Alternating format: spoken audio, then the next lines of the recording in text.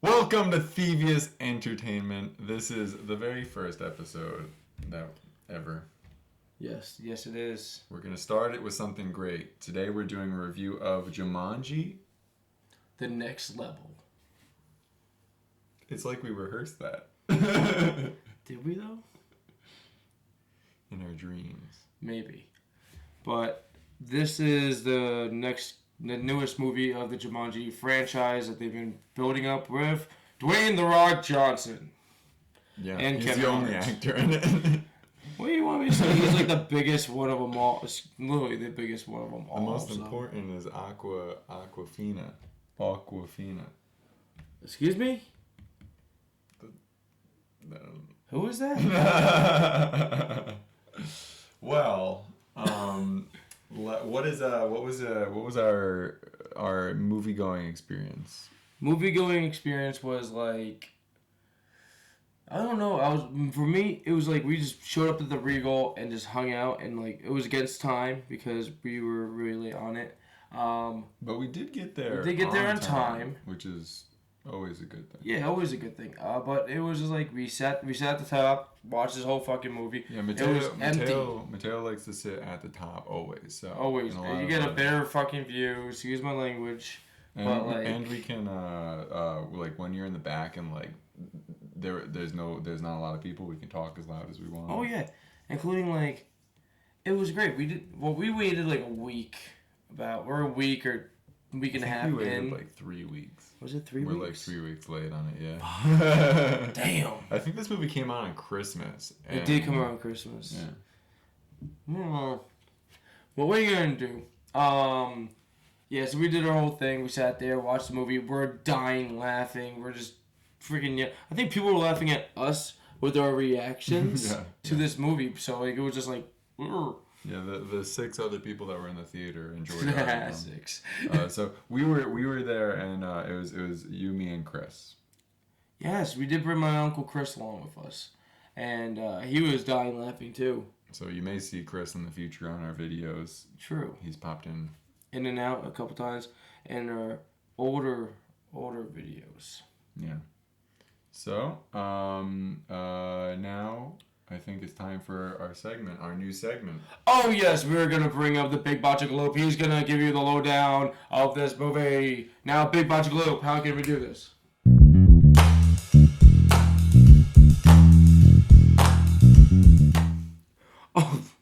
Oh, thank you, Matt. Thank you, Dan. Okay. The recap of this movie is that this one guy felt like he wasn't doing things right, so he jumped back into a video game that he, didn't think he was under, amazing. He wanted to feel good again.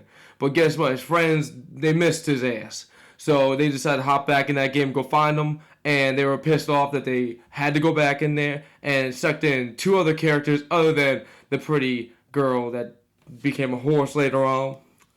And, amazingness. But guess what? The Rock wasn't the normal person. It was Dan DeVito. Dan DeVito all day. And then later on we got Kevin Hart. He got he got his new guy, Danny Glover. He got him, but he talks like slow and well acquainted with his let's get back in the role again. Then they keep going. They end up going on a new mission. Little one girl that was cute. She didn't make it, so she had to go find the guy that was played by Nick Jonas, and go find her and do her things.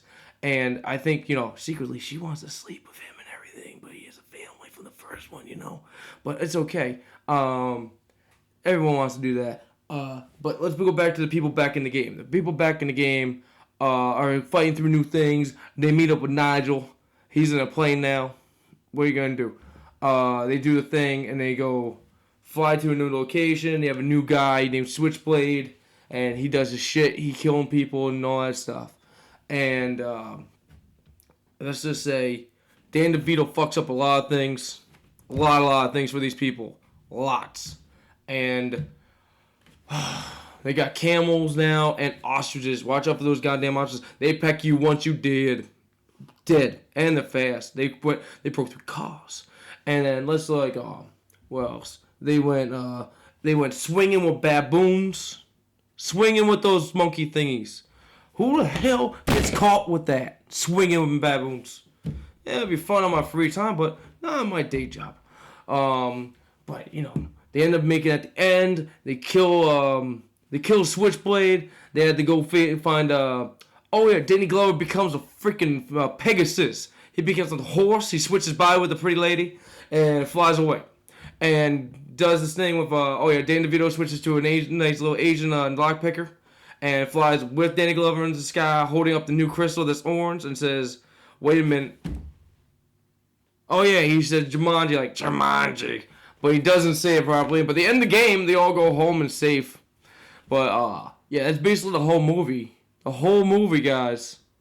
Do you want me to do it better? Back to you. And we're back from the Big Bocce Loop. And so, thank you for giving us that segment, Big Bocce Loop, though. It was fantastic. Yes, it was. It was professionally done. Mm-hmm.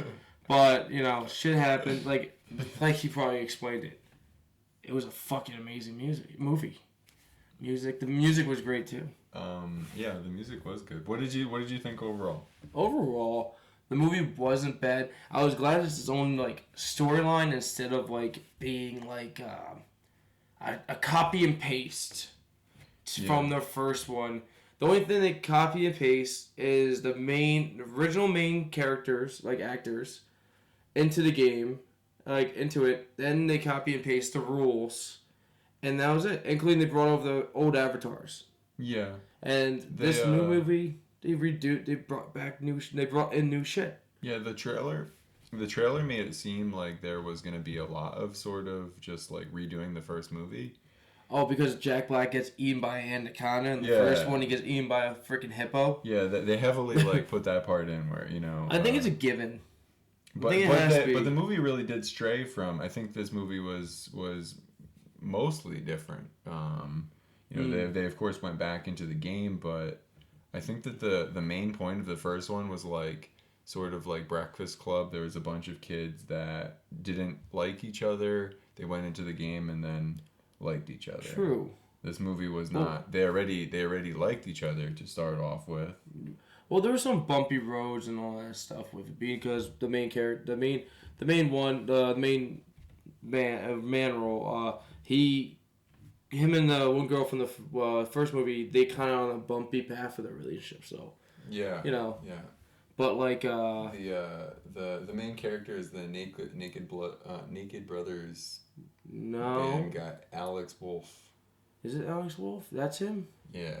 Alexander Draper Wolf, says Wikipedia. Oh, okay. Naked Brothers Band. Brothers Band guy. I haven't seen you forever. But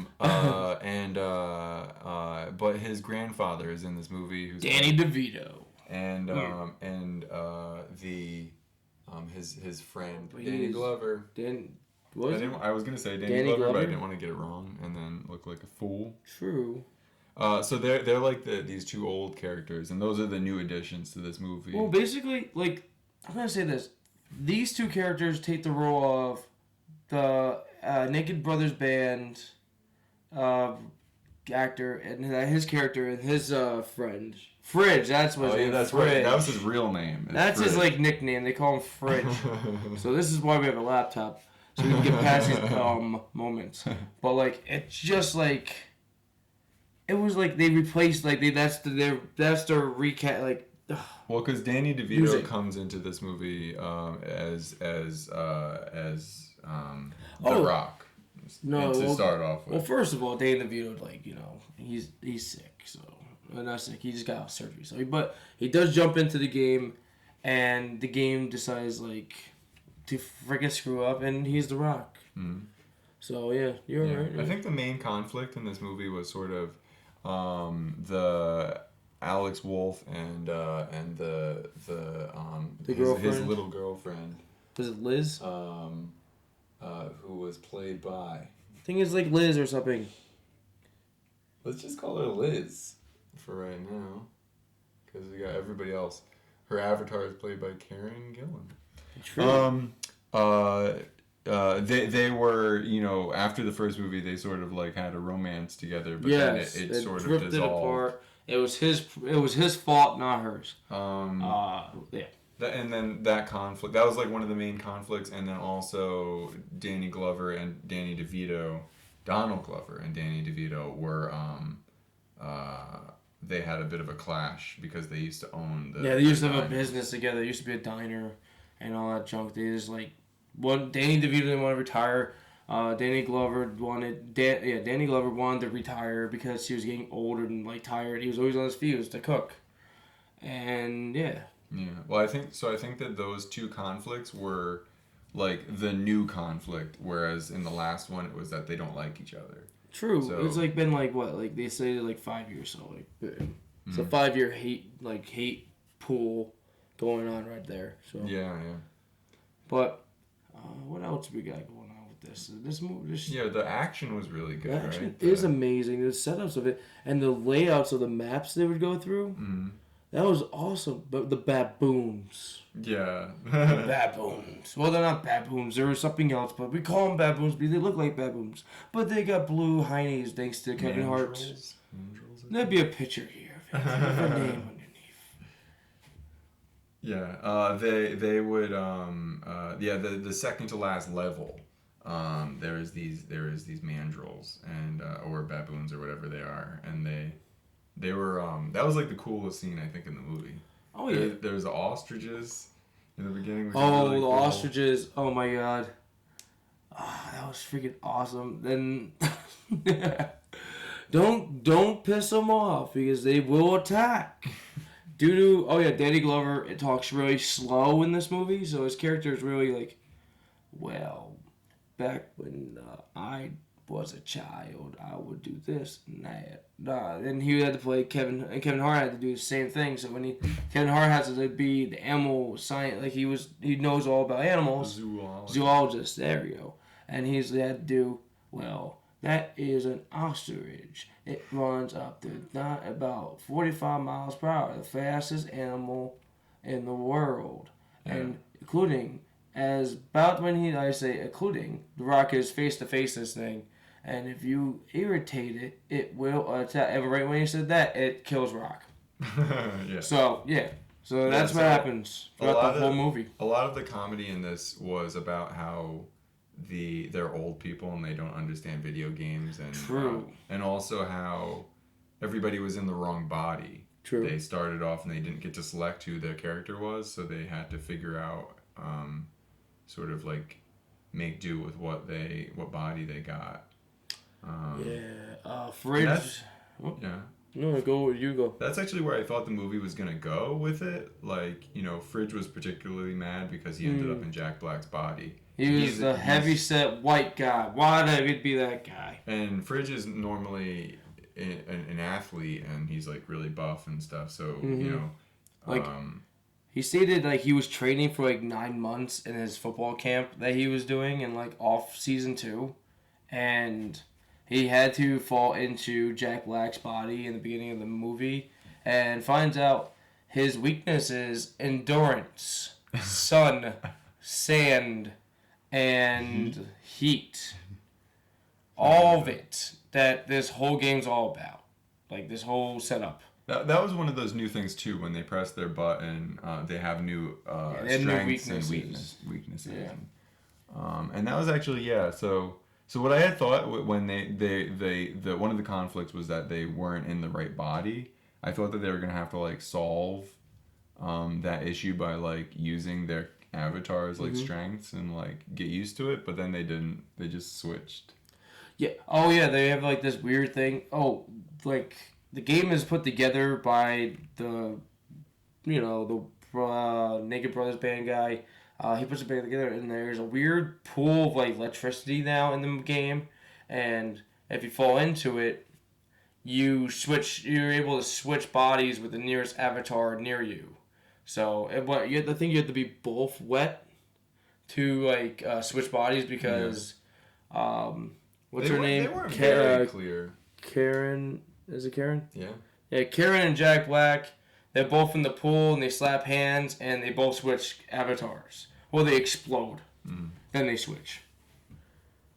And yeah, that's throughout the whole movie. They keep finding these pools of water. Well, twice. Yeah, and so the Alex Wolff, his character goes into the game, and he ends up being a character. Who's this actor? Aquafina. Awfulfina? Aquafina. Oh. And she's like nervous, and I don't remember, asthmatic, and like she's a thief, but he's too nervous to be a good thief. Yeah, and so she's a new character in this one, and then there's a couple. There's the two new people, the old people. So then Bethany gets stuck out of the game, and she has to when she comes back into the game, she ends up as a whole new character too, Shadowfang. No, we do not know what the horse's name is. Yeah, did we get a name for this? No, the horse did not get a name. It's just a black horse that shows up. And then they do the whole jump into the pool into the river, and they all switch bodies, and Danny Glover becomes the horse, and Danny DeVito noticed his wang, so he gave him a good thumbs up with that one. Yeah. It was kind of weird why Danny DeVito's character had to do that, but, bros have to watch out for bros. Well, on that note, though, the comedy, I think, was the strongest part of the movie. Oh, yeah. Yeah, and this director, Jake Kasdan, had done a bunch of comedies before this. Bad Teacher, Sex Tape, which you had, mentioned. The Cloud. Where is the Cloud? No one knows what the Cloud is. And then he directed the first Jumanji, and now he's on to this one. So the comedy was very strong. Yeah, he kept on making that thing run smooth, including hearing The Rock talk like a Yiddish grandmother most of the time is amazing. So yeah, good job. That was also all the actors had to play the actors that they were. Yeah, they all had to change their voices. I think that Awkwafina did a much better job, I think, than The Rock did at being Danny DeVito. Yeah, I think she always sounds like Danny DeVito in a way. She just had to make it more deeper. Yeah. It works. The one thing that I was disappointed about with the movie was that they simply switched bodies with the water, and that it just sort of worked out that way. No, but they had to struggle through the movie, though. Yeah. They had to struggle and figure out They had to figure out how to work these new characters other than... not just giving up and just screwing everything up. Well, Danny DeVito and Danny Glover's character, their characters screwed up the whole thing for a while, but everyone else, I think the only one that didn't get to really change is the Liz character. She got to stay as Karen throughout the whole movie. That she really loaded in first as her. Yeah, you're right. So. She did switch with Fridge at that one point. She did change with Fridge, but she started all. She stayed, she loaded in properly. Yeah. So, and then, what did you think about, we've already moved into spoilers, but what did you think of the ending of the movie? Oh my god, the ending. The ostriches strike again. The ending, I liked how it went because it concluded properly with Danny DeVito's character going back into the restaurant business after being retired for 5 years because this lady that took over his own restaurant, needed help. Everyone became friends again. And then Jumanji broke free. Yeah. And, maybe we're going to see this show up again. That'd be cool. I'd like to see the board game in the next one. Well, that was the main part about the ending, I think, was that there's going to be a third Jumanji. And I think, then the movie sort of made sense. Like, this is a middle movie in, a trilogy sort of thing. Okay. I think that I'm really excited to see what the next movie is, It did its job hyping me up for Jumanji 3, and it was good. I'm trying to figure out if, these characters, these avatars are actually going to come out of the game. When do you think they would show up now? Now they're real, they have to run around as their own thing? Will they have a mind of their own? Or are they going to be like Nigel? Welcome to Jumanji! Look at that letter! Look at that letter! And that though, because he only has a few lines, he has to repeat himself a bunch of times until you fulfill his answers, everybody's questions. And actually, on the plot of it, I don't want to like get into the details, but there's a Jumanji stone, right? And there was a stone in the last movie. This If you notice, they stole the stone from the middle of the game. So like the movies can be exactly like Final Fantasy, where each movie is like has like a crystal or a stone. So they could keep on popping these movies out with like just recover the stone sort of. Well, that's what they did with this one. They changed the stone to an orange stone instead of being the green stone. Now it's an orange stone. Yeah, so they could just keep on doing different colored stones, and then have a whole bunch of movies. What's the next one gonna be? Blue or red? Yeah, we'll have to wait. I think purple. Purple. Purple. Yeah. Let's see. But before we move on to scoring this, let's move it over to the snobbish film scholar to give a proper analysis on our film.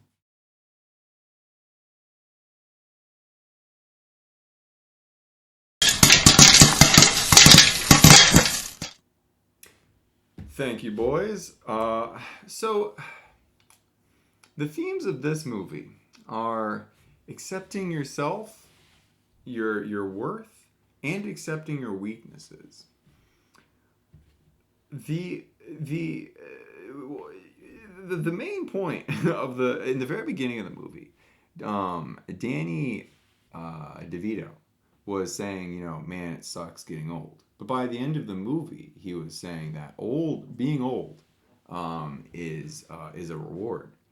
So he had learned that, he had to accept himself in order to really become a better person, and in turn, doing so, decided to start running the diner business, which was an improvement on his life, I would say. The same thing goes for Donald Glover's character, who becomes a horse and flies away into the sunset.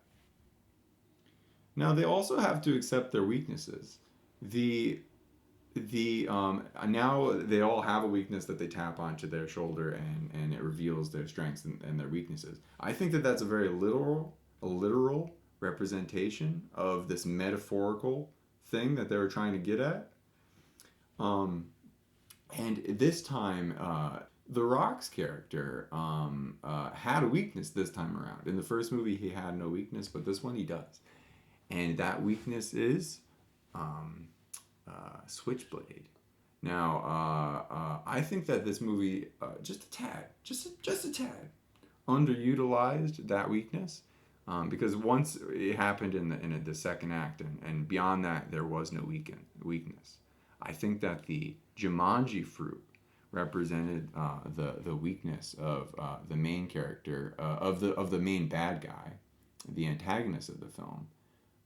And the antagonist represented, Jumanji as a whole. The Jumanji berry was the weakness of the world. That's all I have for you, boys. Thank you. Thank you very much, Snob. What score would you give this? I'd give this at least a 7.5. Okay. I won't go super crazy with it. I would judge it. I'll be putting them into two categories: either craptastic, or a masterpiece. Those are the tiers. So this one is a craptastic movie, but it's a good one. I don't think it was as good as the first one, though. For me, so I put it at like maybe a 6 of craptastic. Okay. You liked it better than the first one, right? Actually, I did like it better than the first one. Yeah, when we were in the movies, Mateo and Chris, like, when it ended, they were like, let's watch it again. Let's stay in the theater. Yes, I did want to sit there more and more and more. And I was waiting for like a post-credit scene maybe or some bullshit, but like, I was like, I give up. I can't do this. But can we sit here more? There's another showing in like 15, 20 minutes, you know? But no. And I actually liked it a lot. And afterwards, I drove over to Target and I picked up the Jumanji game on the Wii. And started playing it like that night, which was a mistake, but that's a different story. So, for another time. Thank you for watching our review of Jumanji: The Next Level. And you guys better stay away from goddamn board games that have weird mystic totem pieces inside of them. Oh no! Stop! Keep it close.